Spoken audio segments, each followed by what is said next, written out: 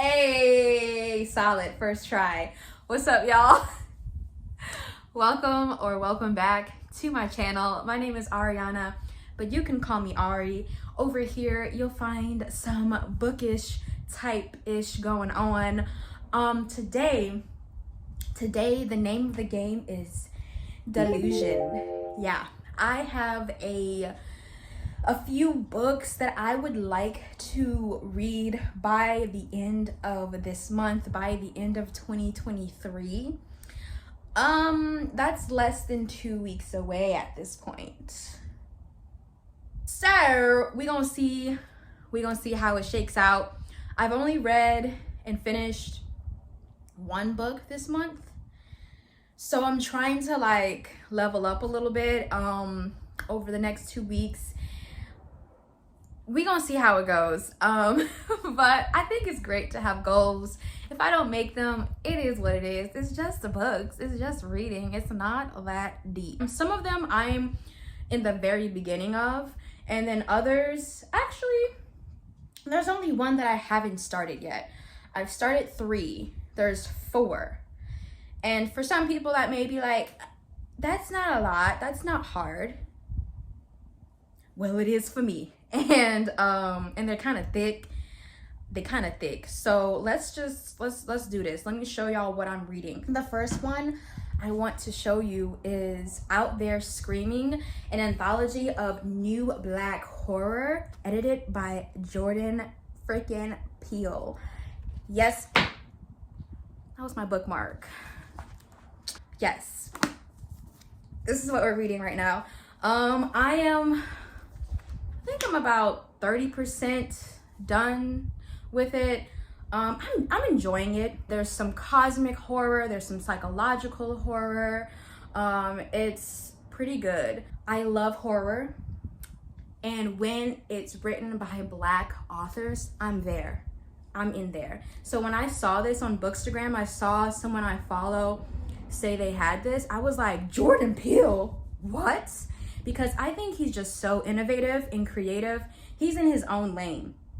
And I think that's not easy to do when it comes to horror. But I feel like American horror is boring and repetitive. And I really think Jordan Peele has tapped into something really cool. Side note, if you're looking for like horror movies to watch Korean horrors, watch German, like watch international horrors, because they really go there.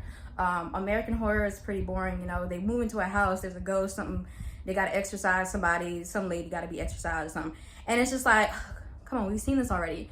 But I was so excited to see this, and so far I'm about 30% into the anthology, and I'm loving it. Like, there are a couple of stories I've read so far that like made me jump. It just sucks you in, and the writing is so good. The writers are great. They're all listed on the back. Even if you don't have it, you can always kind of look for these writers and see what else they write, which is what I'm gonna be doing, is taking these writers and like possibly reading more of their works. I don't have a lot to say about this yet because I haven't finished it, so I will do a little bit of a end of year kind of wrap up video, and I'll talk about it there. But otherwise, if I don't finish any of these books, if I don't finish any other book, this is the one I'm going to finish. Like, if it's just one book this month, this is the book. The next one is a little bit of my artsy fartsy, you know, kind of peeking through. It is The Artist's Way by Julia Cameron. It's essentially a guide with practices on how to revive your inner artist and nurture your inner artist. And I think it's great for people like myself who, you know, may have started sometime during the pandemic, you know, as an actor or as a creative of any kind. You know, that was a time for everyone where we kind of lost our way, and especially through the strike, it was a very stressful time, and I personally have felt like I lost touch with some of parts of my creative self. And so this is a great guide in how to get in touch with that inner artist that is within every single one of us. We are all creative. Human beings are meant to create and be creative and innovate. And I think that this is good for anyone. If you're feeling stuck, if you're a writer, if you're an actor, if you're a visual artist, if you're into digital creations, if you're an animator, whatever it is, this could be really great for you. I'm on like week 4. I'm not reading it like per week as it recommends. I'm in part reading this to potentially use as a guide for something I'm doing next year. Something that I really like that I have been doing for the past almost 2 weeks with this book is the morning pages. Morning pages, as Julia Cameron describes it, requires you to wake up maybe a half hour earlier than you normally do and write 3 pages. Just write 3 pages. Just write for 3 pages, letting your subconscious flow, and that's it. You know, you don't read them. I think the thing is not to read those pages until after the 12 weeks, which is that's how long this guide is for. It's for a 12-week kind of program, and I intend to do it for the next 12 weeks and see how it works for me. And I've already noticed a lot of change in myself doing these morning pages. I really have. I feel like, first of all, I think writing is just so necessary for a lot of reasons. For your mental clarity, it can help you come across new ideas. It can help kind of cleanse your palate and just open your mind a little bit. There are things that you may discover about yourself when you write, and when you do it in the morning, you're fresh.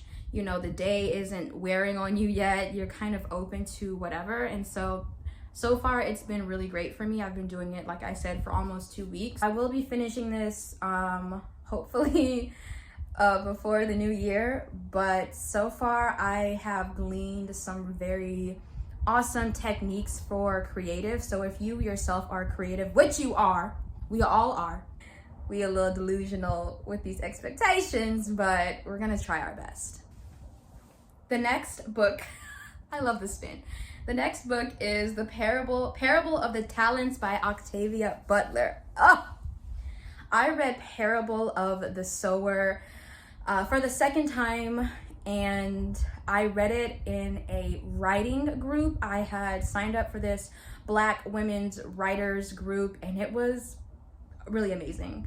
I learned so much, and we were reading Parable of the Sower along with writing with Octavia Butler. So we'd read a few chapters and then we'd come back and talk about it, and then we would have prompts based off of what we read and dissecting the text. And it was just, reading Parable of the Sower the second time was so interesting because I got to see and feel a difference in the way I think versus when I first read it. When I first read it, it was the year 2020. So if you've read the book, if you know about Octavia Butler's work, you know that that was a very timely moment for that book.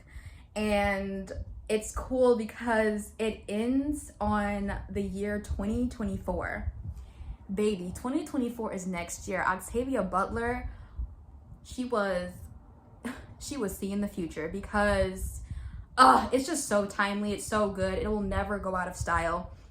And I just started this last night. I'm like, I think I've only read 2 chapters so far, and I'm gobsmacked. I'm like, this book may be better than the first one. Again, I'm not gonna say my opinions because I don't really have any yet. I've only read the first chapter.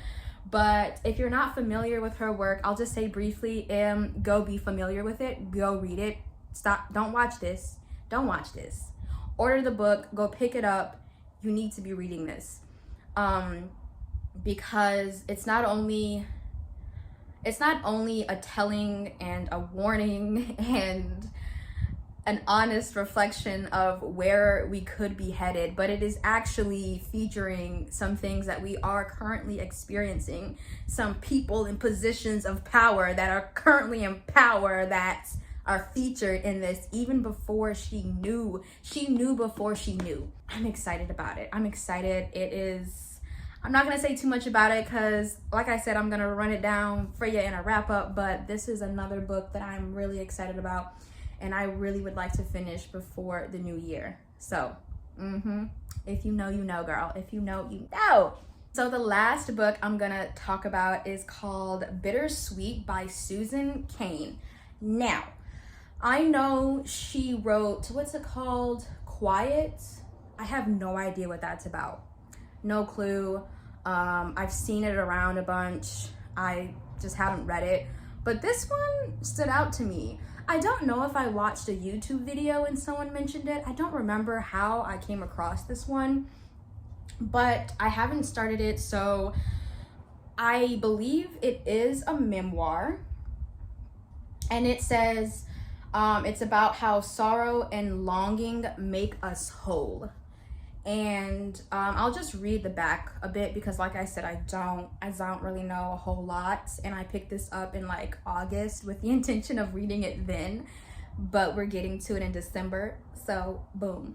Bittersweetness is a tendency to states of longing, poignancy, and sorrow, an acute awareness of passing time, and a curiously piercing joy at the beauty of the world. It recognizes that light and dark, birth and death, bitter and sweet are forever paired. If you've ever wondered why you like sad music, if you find comfort or inspiration in a rainy day, if you react intensely to music, art, nature, and beauty, then you probably identify with a bittersweet state of mind. Yeah. I feel all kinds of things deeply all the time. So I thought, like, oh my God, I feel like it's speaking to me and it's telling me to read it, and I'm going to lean into that, and I'm so excited to read this. I would like to finish this before the end of the year. Can't wait to wrap up and see what I actually end up doing. When I am done with this video, I do have some work I need to do, but soon after that, I'm going to start reading Out There Screaming, and I'm going to try to make a really big jump in that progress. So yeah, those are the 4 books that I am ambitiously delusionally hoping to read in the next 2 weeks before the end of the year. So yeah, that's it. That's all. That's everything. I just want to say real quick though, thank y'all so much for some of the kindness that y'all have already given me and welcomed me into this community. I feel like the book community across platforms, I'm not on TikTok, so I don't know, but like Instagram and YouTube, everyone is so nice and so welcoming, and I feel like I'm home. I feel like I've been invited back home, and it feels familiar and like I belong here. And I just want to say thank y'all so much. I'm so excited to get to know y'all and to continue along this journey. I'm just happy to be here sharing books and exchanging information and just talking, shooting the shit with y'all. So again, thank you for being here. Thanks for watching this video, and I hope to see y'all in the next one. Mwah! Also, don't talk about my tree because I know y'all looking at it. I know it's little. I've had this tree for years and years. I always have a little Christmas tree in my room. There's of course a big one in the family room, but like I always wanted to have one in my room, and it's little, it's cute, it's giving Charlie Brown, but don't play on it. Don't play on it. Don't play on it. Okay, for real, bye.